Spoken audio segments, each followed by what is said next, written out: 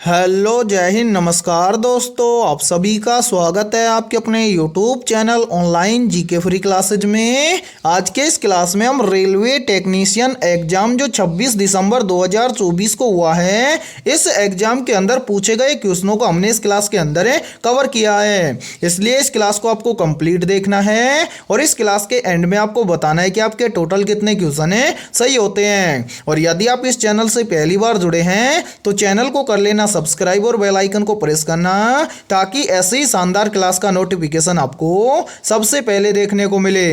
तो चलिए शुरू करते हैं आज के इस क्लास को बिना देरी के।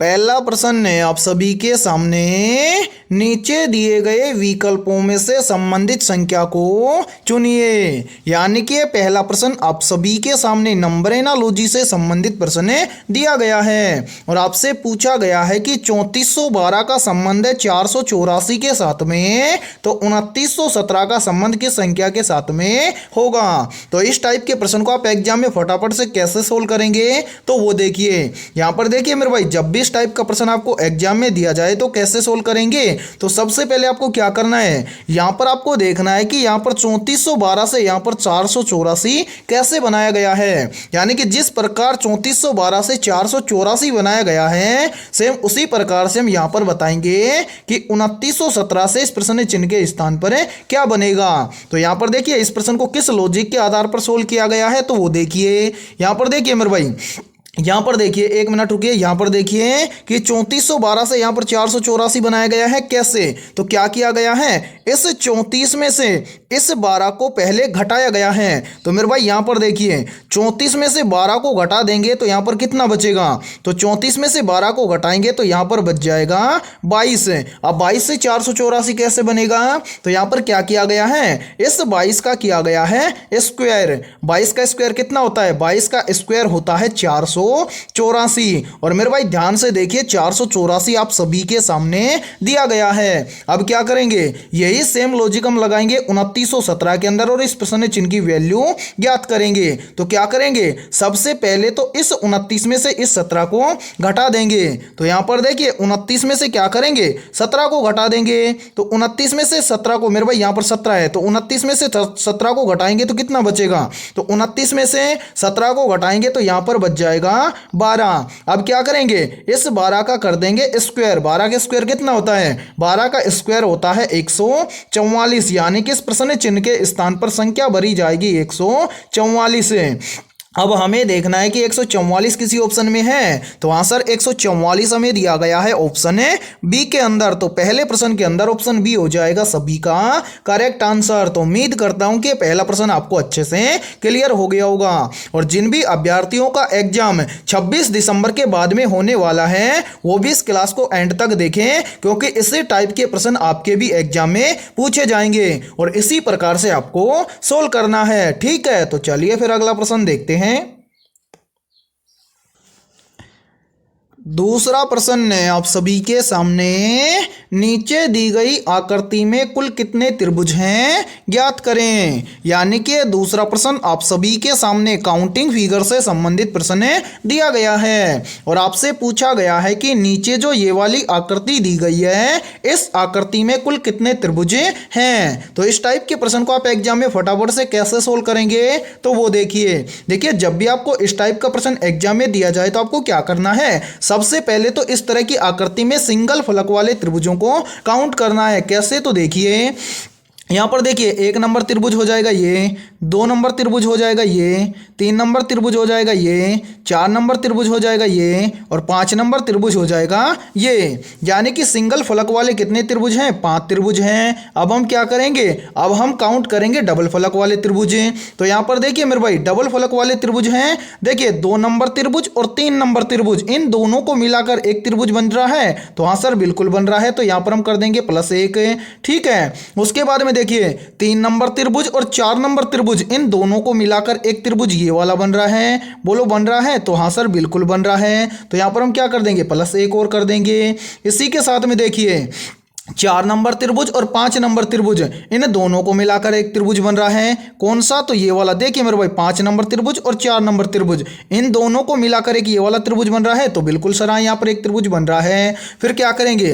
देखिए यहाँ पर 5 नंबर त्रिभुज और 2 नंबर त्रिभुज, इन दोनों को मिलाकर एक ये वाला त्रिभुज बन रहा है। बोलो हाँ सर बन रहा है। तो हाँ सर बिल्कुल बन रहा है। तो यहाँ पर हम क्या कर देंगे? प्लस एक और कर देंगे। अब हम क्या करेंगे? यहाँ पर डबल फलक वाले त्रिभुज हमने काउंट कर लिए। अब हम क्या करेंगे? 3 फलक वाले त्रिभुजों को काउंट करेंगे। कैसे? तो देखिए यहां पर देखिए मेरे भाई 1 नंबर त्रिभुज, 2 नंबर त्रिभुज और 3 नंबर त्रिभुज, इन तीनों को मिलाकर एक त्रिभुज ये वाला बन रहा है। तो हां सर बिल्कुल ये वाला त्रिभुज बन रहा है। तो हम क्या करेंगे? यहां पर प्लस 1 कर देंगे। ठीक है। इसी के साथ में देखिए 1 नंबर त्रिभुज, 2 नंबर त्रिभुज और 5 नंबर त्रिभुज, इन तीनों को मिलाकर एक त्रिभुज और बन रहा है। देखिए मेरे भाई यहाँ पर देखिए 1 नंबर त्रिभुज, 2 नंबर त्रिभुज और 5 नंबर त्रिभुज, इन तीनों को मिलाकर एक त्रिभुज ये वाला बन रहा है। तो हम क्या करेंगे? यहाँ पर प्लस 1 और कर देंगे। ठीक है। अब इतना करने के बाद में आपको क्या करना है? यहाँ पर देखिए इन सभी त्रिभुजों को मिलाकर एक ये वाला त्रिभुज और बन रहा है। कौन सा? बड़ा वाला त्रिभुज है। ध्यान से देखिए मेरे भाई ये वाला त्रिभुज बन रहा है। तो बिल्कुल सर एक त्रिभुज ये वाला भी बन रहा है। तो यहां पर हम कर देंगे प्लस 1 और। ठीक है। क्या इन सभी त्रिभुजों के अलावा इस आकृति के अंदर कोई अन्य त्रिभुज बन रहा है? तो नहीं सर, इस आकृति के अंदर इन त्रिभुजों के अलावा कोई अन्य त्रिभुज नहीं बन रहा है। अब हम क्या करेंगे? इन सभी को यहां पर काउंट कर लेंगे। तो यहां पर देखिए मेरे भाई 5 और 1 कितना हो जाएगा? 6, 6 और 1 कितना हो जाएगा? 7, 7 और 1 कितना हो जाएगा? 8, 8 और 1 कितना हो जाएगा? 9, 9 और 1 कितना हो जाएगा? 10, 10 और 1 कितना हो जाएगा? 11, 11 और 1 कितना हो जाएगा? 12। यानी कि यहां पर हमारे सामने जो ये वाली आकृति दी गई है, इस आकृति के अंदर कुल त्रिभुजों की संख्या है 12। अब हमें देखना है कि 12 किसी ऑप्शन में है। तो हाँ सर 12 हमें दिया गया है ऑप्शन डी के अंदर है। तो दूसरे प्रश्न के अंदर ऑप्शन डी हो जाएगा सभी का करेक्ट आंसर। तो उम्मीद करता हूं कि दूसरा प्रश्न भी आपको अच्छे से क्लियर हो गया होगा। और जब भी इस टाइप का प्रश्न आपको एग्जाम में दिया जाएगा तब फटाफट से सोल्व कर लेंगे। ठीक है। तो चलिए फिर अगला प्रश्न देखते हैं। तीसरा प्रश्न है आप सभी के सामने। यदि f का अर्थ गुणा है, g का अर्थ घटाना है, h का अर्थ जोड़ है और k का अर्थ भाग है तो नीचे दिए गए समीकरण का मान ज्ञात करें। यानी कि तीसरा प्रश्न आप सभी के सामने गणितीय संक्रियाओं से संबंधित प्रश्न दिया गया है और आपसे पूछा गया है कि यदि हम इस प्रश्न के अकॉर्डिंग इस समीकरण को सोल्व करेंगे तो इस समीकरण का मान क्या आएगा। तो मेरे भाई इस टाइप के प्रश्न को हम एग्जाम में फटाफट से कैसे सोल्व करेंगे? तो वो देखिए जब भी इस टाइप का प्रश्न आपको एग्जाम में दिया जाए तो सोल्व कैसे करना है तो वो देखिए। यहां पर देखिए मेरे भाई इस समीकरण के अंदर जितने भी अल्फाबेट लेटर दिए गए हैं उन अल्फाबेट लेटर का अर्थ इस प्रश्न के अंदर क्या बोला गया है वो इस समीकरण के अंदर रखना है और जो नया समीकरण बनेगा उस समीकरण को सोल्व करके उसका मान हमें ज्ञात करना है। तो यहां पर देखिए यहां पर हमें इस समीकरण यानी कि इस प्रश्न के अंदर बोला गया है कि f का अर्थ है गुणा, तो f के स्थान पर हम कर देंगे गुणा। फिर देखिए आगे बोला गया है कि g का अर्थ है घटाना, तो g के स्थान पर हम क्या कर देंगे? माइनस कर देंगे। फिर देखिए आगे बोला गया है कि h का अर्थ है जोड़, तो h के स्थान पर हम क्या कर देंगे? जोड़ कर देंगे यानी कि प्लस कर देंगे। फिर देखिए आगे बोला गया है कि k का अर्थ है भाग, तो k के स्थान पर हम क्या कर देंगे? भाग कर देंगे। अब नया समीकरण क्या बनेगा तो वो देखिए यहाँ पर देखिए मेरे भाई नया समीकरण बनेगा 6f का अर्थ है गुणा, फिर है 7, फिर है h का अर्थ है प्लस, फिर कितना है 169, तो यहाँ पर लिखेंगे 169, फिर है k का अर्थ है भाग, तो यहाँ पर कर देंगे भाग। उसके बाद में क्या है 13, तो यहाँ पर कर देंगे 13, फिर है g का अर्थ है माइनस, फिर क्या है 5, तो यहाँ पर हम लिख देंगे 5।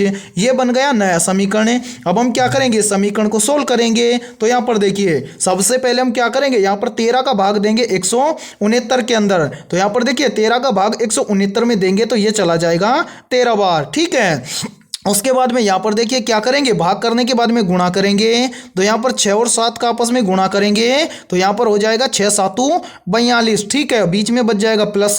उसके बाद में क्या बच रहा है? यहाँ पर बच रहा है माइनस का 5। अब क्या करेंगे? जो प्लस प्लस का है उसको जोड़ देंगे और जो माइनस का है उसको घटा देंगे। तो यहाँ पर देखिए प्लस का है 42 और प्लस का है 13, तो 42 और 13 कितना हो जाएगा? तो 42 और 13 हो जाएगा 55। अब क्या बच गया? माइनस का 5, तो क्या कर देंगे? 55 में से -5 कर देंगे। तो 55 में से -5 करेंगे तो यहाँ पर कितना बच जाएगा, यहाँ पर बच जाएगा 50। यानी कि इस समीकरण को यदि हम इसके प्रश्न के अकॉर्डिंग या इस समीकरण को प्रश्न के अकॉर्डिंग सोल्व करेंगे तो इसका मान आएगा 50। अब हमें देखना है कि 50 किसी ऑप्शन में है, तो हाँ सर 50 हमें दिया गया है ऑप्शन बी के अंदर, तो तीसरे प्रश्न के अंदर ऑप्शन बी हो जाएगा सभी का करेक्ट आंसर। तो उम्मीद करता हूं कि तीसरा प्रश्न भी आपको अच्छे से क्लियर हो गया होगा, और जब भी इस टाइप का प्रश्न आपको एग्जाम में दिया जाएगा तो फटाफट से सोल्व कर लेंगे, ठीक है। और यहाँ पर देखिए आप सभी के लिए बहुत ही इंपॉर्टेंट सूचना है, जो भी बच्चा रेलवे टेक्नीशियन एग्जाम 2024 की तैयारी कर रहा है और जिन भी बच्चों का एग्जाम आगे होने वाला है उन सभी बच्चों को ये पीडीएफ जरूर लेना चाहिए। यानी कि हमने रेलवे टेक्नीशियन एग्जाम 2024 के लिए जीके, जीएस और साइंस के 4500 प्लस मोस्ट इंपोर्टेंट क्वेश्चनों का पीडीएफ तैयार किया है। और यदि आप ये पीडीएफ लेना चाहते हैं तो आप हमारे इस व्हाट्सएप नंबर पर कॉन्टैक्ट कर सकते हैं। और इस पीडीएफ की प्राइस हमने रखी है मात्र और मात्र 35 रुपए, यानी कि 35 रुपए की फीस के अंदर आपको जीके, जीएस और साइंस के 4500 प्लस मोस्ट इंपोर्टेंट क्वेश्चनों का पीडीएफ दिया जाएगा।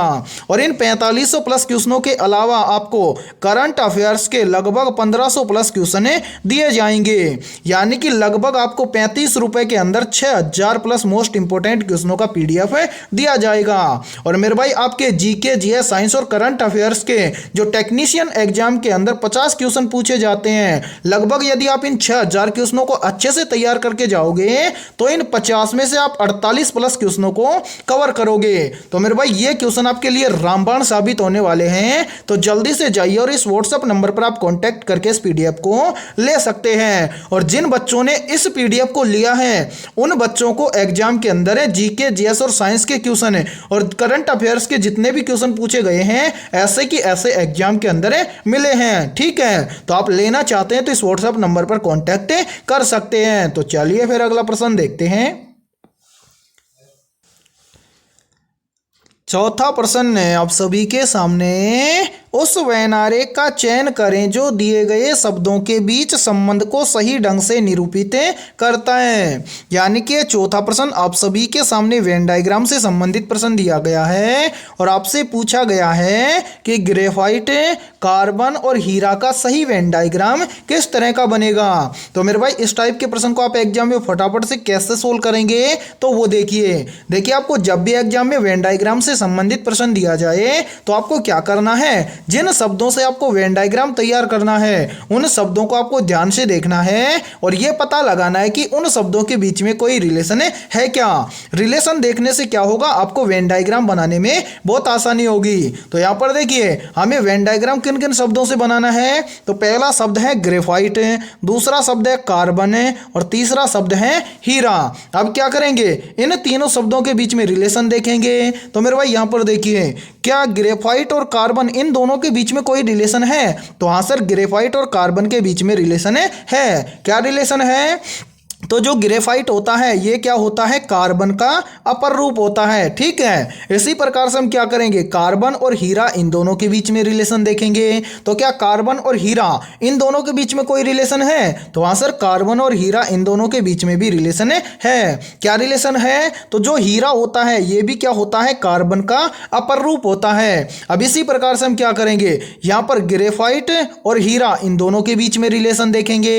तो क्या ग्रेफाइट और हीरा इन दोनों के बीच में कोई रिलेशन है। तो नहीं सर ग्रेफाइट और हीरा इन दोनों के बीच में कोई भी रिलेशन नहीं है। यानी कि ग्रेफाइट अलग होता है और जो हीरा होता है ये क्या होता है, अलग होता है। अब इतना हमें पता चल गया। वेन डायग्राम कैसे बनाएंगे तो वो देखिए यहां पर देखिए मेरे भाई, यहां पर इन तीनों शब्दों में कॉमन शब्द कौन सा है, तो कॉमन शब्द है कार्बन। क्यों, क्योंकि देखिए ग्रेफाइट भी क्या है, कार्बन का अपर रूप है और हीरा क्या है, हीरा भी कार्बन का अपर रूप है। इसलिए क्या है, कार्बन क्या है, कॉमन हो जाएगा। तो यहां पर देखिए पहला आरेख हम बना देंगे किसके लिए, कार्बन के लिए। अब देखिए मेरे भाई दूसरा आरेख हम बनाएंगे किसके लिए, ग्रेफाइट के लिए। तो क्या कार्बन और ग्रेफाइट के बीच में कोई रिलेशन है? तो आपने ही बताया था कि जो ग्रेफाइट होता है ये क्या होता है? कार्बन का अपर रूप होता है। तो कार्बन का अपर रूप होता है ग्रेफाइट। तो ग्रेफाइट आ जाएगा किसके अंदर? कार्बन के अंदर है। ठीक है, इसी प्रकार से देखिए तीसरा आरेख हम बनाएंगे हीरा के लिए। तो क्या हीरा का रिलेशन कार्बन के साथ में है? तो अभी आपने बताया था कि जो हीरा होता है ये भी क्या होता है? कार्बन का अपर रूप होता है। तो हीरा कार्बन का अपर रूप है, तो हीरा भी आ जाएगा किसके अंदर? कार्बन के अंदर है। तो यहां पर देखिए मेरे भाई तीसरा आरेख हम बना देंगे किसके लिए? हीरा के लिए। फिर आपने ही बताया था कि जो ग्रेफाइट होता है ये अलग होता है और हीरा होता है ये क्या होता है? अलग होता है। तो यहां पर देखिए मेरे भाई ग्रेफाइट अलग है और हीरा क्या है? अलग है। तो यहां पर आपका 100% सही वेन डायग्राम बनेगा इस प्रकार से। अब आपको देखना है कि इस प्रकार का वेन डायग्राम आपको किस ऑप्शन के अंदर दिया गया है। तो इस प्रकार का वेन डायग्राम हमें दिया गया है ऑप्शन ए के अंदर है। तो चौथे प्रश्न के अंदर ऑप्शन ए हो जाएगा सभी का करेक्ट आंसर। तो उम्मीद करता हूं कि चौथा प्रश्न भी आपको अच्छे से क्लियर हो गया होगा। और यदि यह प्रश्न आपको अच्छे से समझ में आया है तो जल्दी से एक बार इस क्लास को लाइक कर दीजिए। और यदि आप इस चैनल से पहली बार जुड़े हैं तो चैनल को कर लीजिए सब्सक्राइब और बेल आइकन को प्रेस करना, ताकि ऐसी शानदार क्लास का नोटिफिकेशन आपको सबसे पहले देखने को मिले। तो चलिए फिर अगला प्रश्न देखते हैं।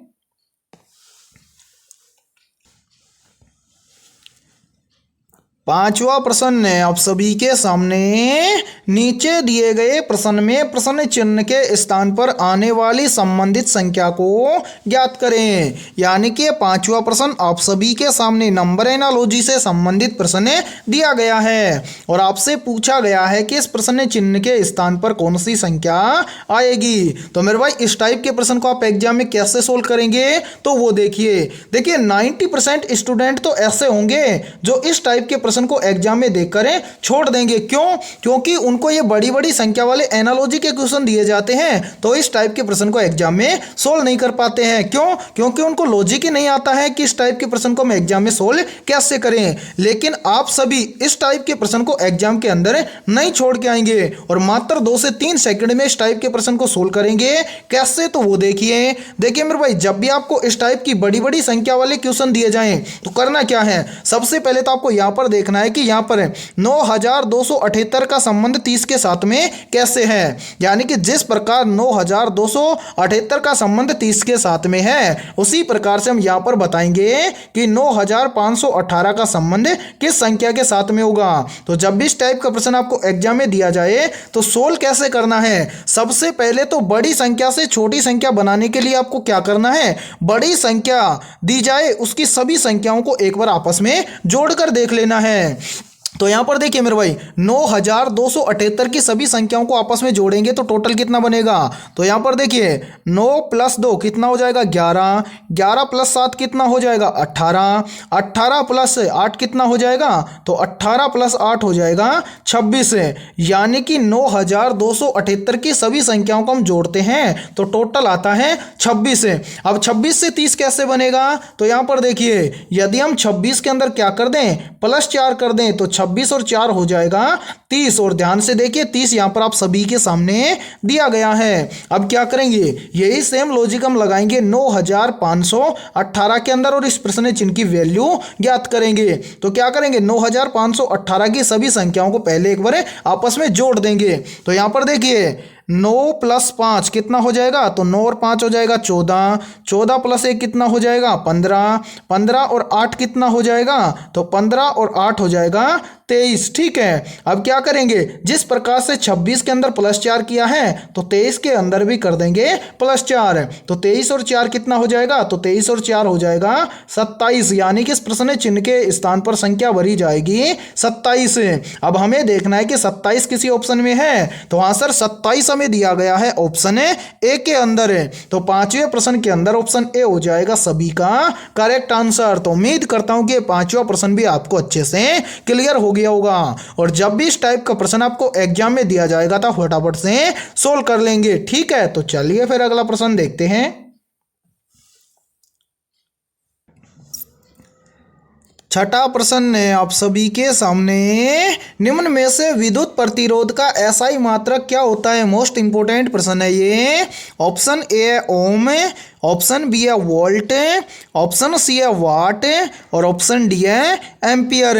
तो जल्दी से बताइए इन चारों में से करेक्ट आंसर क्या होगा।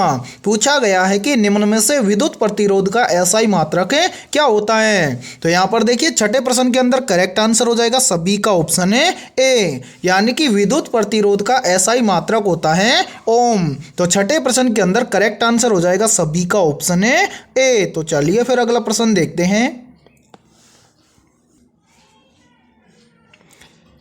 सातवां प्रश्न है आप सभी के सामने, काले हिल्स या ब्लैक हिल्स किस खनिज के लिए प्रसिद्ध है। वेरी वेरी इंपॉर्टेंट प्रश्न है ये, चाहे तो आप इस प्रश्न का स्क्रीनशॉट भी ले सकते हैं। आपसे पूछा गया है कि काले हिल्स या ब्लैक हिल्स किस खनिज के लिए प्रसिद्ध है। तो इन चारों में से करेक्ट आंसर हो जाएगा सभी का ऑप्शन है बी, यानी कि ब्लैक हिल्स यूरेनियम खनिज के लिए प्रसिद्ध है। तो करेक्ट आंसर हो जाएगा सातवें प्रश्न के अंदर ऑप्शन है बी। तो चलिए फिर अगला प्रश्न देखते हैं।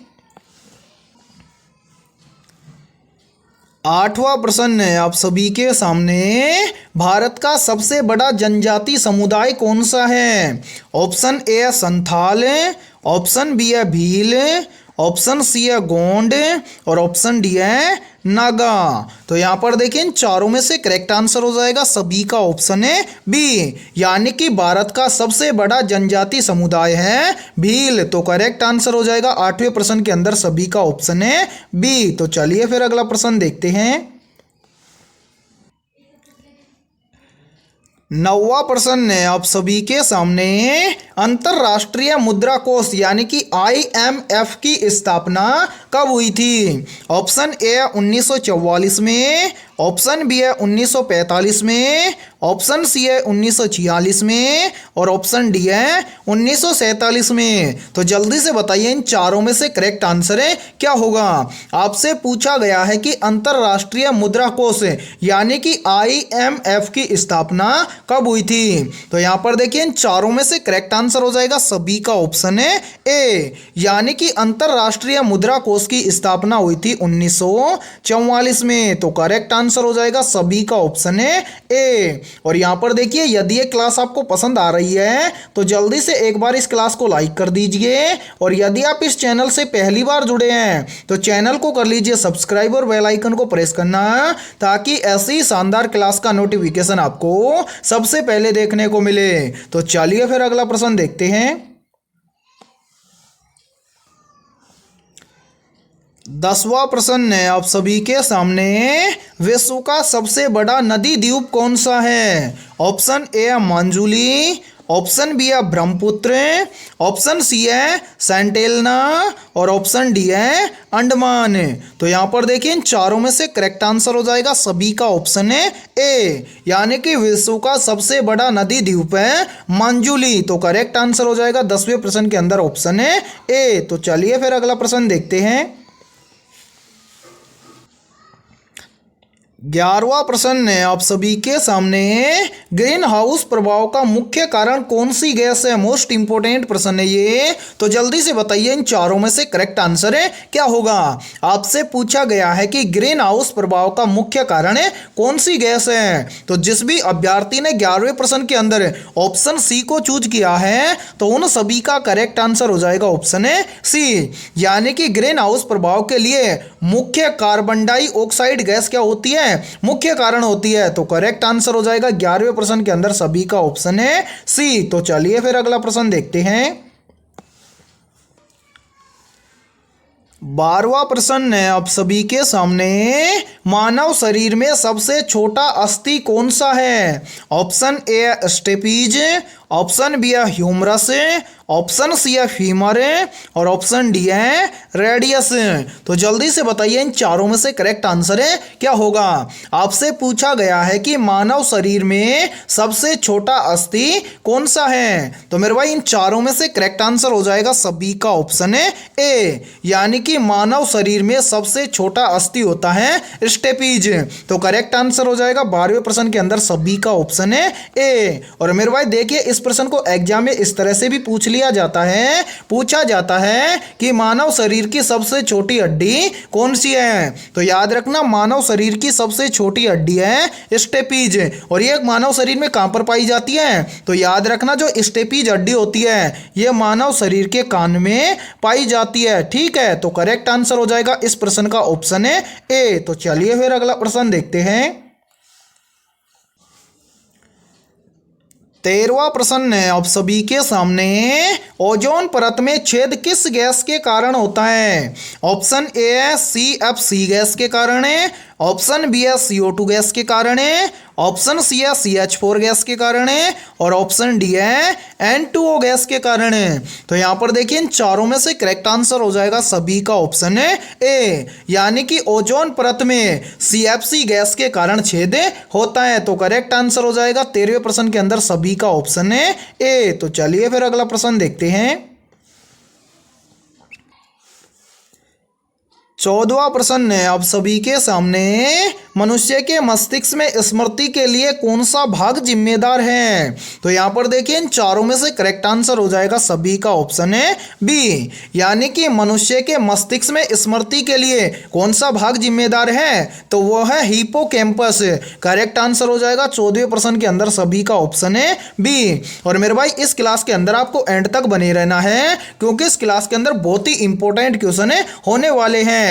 और जो बच्चे 26 दिसंबर के बाद इस क्लास को देख रहे हैं तो वो भी इस क्लास को एंड तक देखना, और इस क्लास के अंदर जितने भी क्वेश्चन होते हैं उन क्वेश्चनों को आप एग्जाम के अंदर जरूर देख के जाना, क्योंकि इसी टाइप के प्रश्न एग्जाम के अंदर पूछे जा रहे हैं। और आपके जितने भी दोस्त रेलवे टेक्नीशियन एग्जाम 2024 की तैयारी कर रहे हैं तो उनके पास भी इस क्लास को ज्यादा से ज्यादा शेयर करें। ठीक है, तो चलिए फिर अगला प्रश्न देखते हैं। 15वां प्रश्न है आप सभी के सामने, भारत में भारतीय रिजर्व बैंक की स्थापना कब हुई थी? ऑप्शन ए है 1932 में, ऑप्शन बी है 1935 में, ऑप्शन सी है 1947 में, और ऑप्शन डी है 1950 में। तो यहां पर देखिए इन चारों में से करेक्ट आंसर हो जाएगा सभी का ऑप्शन है बी, यानी कि भारत में भारतीय रिजर्व बैंक की स्थापना हुई थी 1935 में। तो करेक्ट आंसर हो जाएगा 15वें के अंदर सभी का ऑप्शन है बी। तो चलिए फिर अगला प्रश्न देखते हैं। 16वां प्रश्न है आप सभी के सामने, शिमला समझौता कब और किन के बीच हुआ था? मोस्ट इंपोर्टेंट प्रश्न है ये, तो जल्दी से बताइए इन चारों में से करेक्ट आंसर है क्या होगा। आपसे पूछा गया है कि शिमला समझौता कब और किन के बीच हुआ था। तो यहां पर देखिए इन चारों में से करेक्ट आंसर हो जाएगा सभी का ऑप्शन है बी, यानी कि जो शिमला समझौता है ये कब हुआ था? तो मेरे भाई शिमला समझौता हुआ था 1972 में। किन किन के बीच हुआ था? तो याद रखना, शिमला समझौता हुआ था इंदिरा गांधी और जुल्फिकार अली भुट्टो के बीच में। ठीक है, तो 16वें प्रश्न के अंदर करेक्ट आंसर हो जाएगा सभी का ऑप्शन है बी। तो चलिए फिर अगला प्रश्न देखते हैं। 17वां प्रश्न है आप सभी के सामने, मोहिनी अट्टम किस राज्य का शास्त्रीय नृत्य है? ऑप्शन ए है तमिलनाडु का, ऑप्शन बी है केरल का, ऑप्शन सी है कर्नाटक का, और ऑप्शन डी है आंध्र प्रदेश का। तो जल्दी से बताइए इन चारों में से करेक्ट आंसर है क्या होगा। आपसे पूछा गया है कि मोहिनी अट्टम किस राज्य का शास्त्रीय नृत्य है। तो यहां पर देखिए इन चारों में से करेक्ट आंसर हो जाएगा सभी का ऑप्शन है बी, यानी कि जो मोहिनी अट्टम है यह केरल राज्य का शास्त्रीय नृत्य है। तो 17वें प्रश्न के अंदर करेक्ट आंसर हो जाएगा सभी का ऑप्शन है बी। तो चलिए फिर अगला प्रश्न देखते हैं। 18वां प्रश्न है आप सभी के सामने, निम्न में से चंपारण सत्याग्रह का संबंध किससे था? मोस्ट इंपोर्टेंट प्रश्न है ये, तो जल्दी से बताइए इन चारों में से करेक्ट आंसर है क्या होगा। आपसे पूछा गया है कि चंपारण सत्याग्रह का संबंध किससे था। तो मेरे भाई यहां पर देखिए इन चारों में से करेक्ट आंसर हो जाएगा सभी का ऑप्शन है ए, यानी कि चंपारण सत्याग्रह का संबंध किससे था? तो ये था नील की खेती से। करेक्ट आंसर हो जाएगा सभी का ऑप्शन ए। तो चलिए फिर अगला प्रश्न देखते हैं।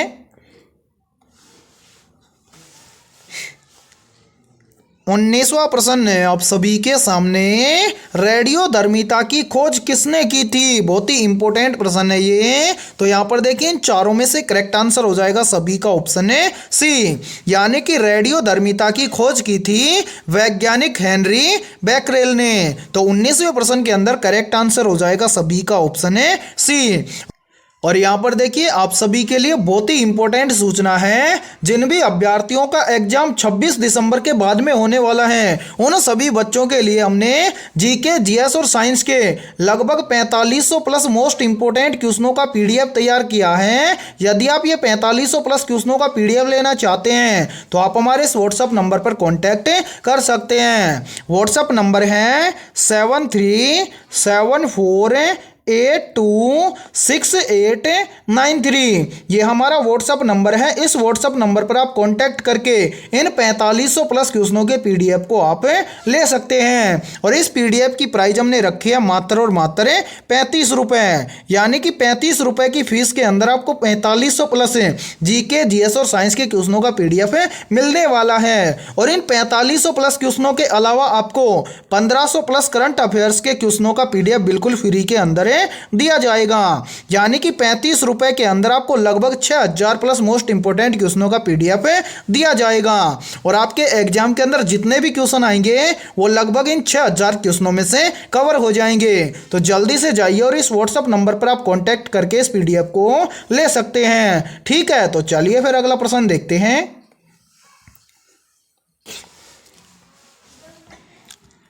20वां प्रश्न है आप सभी के सामने, भारत के किस राज्य में कंचनजंगा पर्वत स्थित है? तो यहाँ पर देखिए इन चारों में से करेक्ट आंसर हो जाएगा सभी का ऑप्शन है बी, यानी कि भारत के सिक्किम राज्य में कंचनजंगा पर्वत स्थित है। तो 20वें प्रश्न के अंदर करेक्ट आंसर हो जाएगा सभी का ऑप्शन है बी। तो आज की इस क्लास में इतना ही। यदि ये क्लास आपको पसंद आई है तो जल्दी से एक बार इस क्लास को लाइक कर दीजिए। और यदि आप इस चैनल से पहली बार जुड़े हैं तो चैनल को कर लीजिए सब्सक्राइब और बेल आइकन को प्रेस करना, ताकि ऐसी ही शानदार क्लास का नोटिफिकेशन आपको सबसे पहले देखने को मिले। और आज की इस क्लास के अंदर हमने जीके, जीएस, साइंस और रीजनिंग के लगभग 20 प्रश्न बहुत ही इंपॉर्टेंट करवाए हैं। तो इन 20 में से आपके कितने क्वेश्चन सही हुए हैं सभी को कमेंट सेक्शन के अंदर कमेंट करके बताना है। और जिस भी अभ्यर्थी के इन 20 प्रश्नों में से 18 प्लस प्रश्न सही हुए हैं तो समझना उनकी तैयारी बेहतर है। ठीक है, तो फिर मिलते हैं ऐसे ही बेहतरीन क्वेश्चनों के साथ सुबह 7 बजे।